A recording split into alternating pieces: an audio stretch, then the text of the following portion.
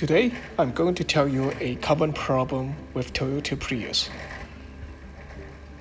Please check the trunk regularly, especially the area under the spare tire. I noticed that the waters start accumulating into the trunk. It took me a while to find out where the waters come from, so I'm going to give you a clue.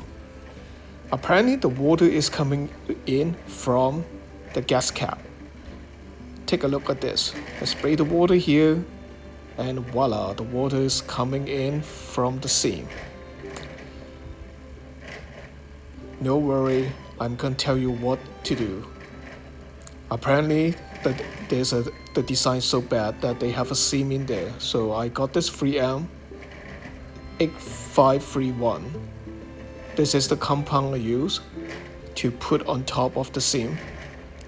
This is a water and gasoline resistant sealant. So make sure you seal it up, even though it looks a bit ugly, but it's covered in the cap.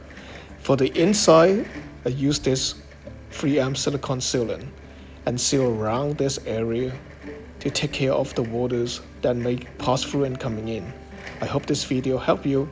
Please like and subscribe. Thank you.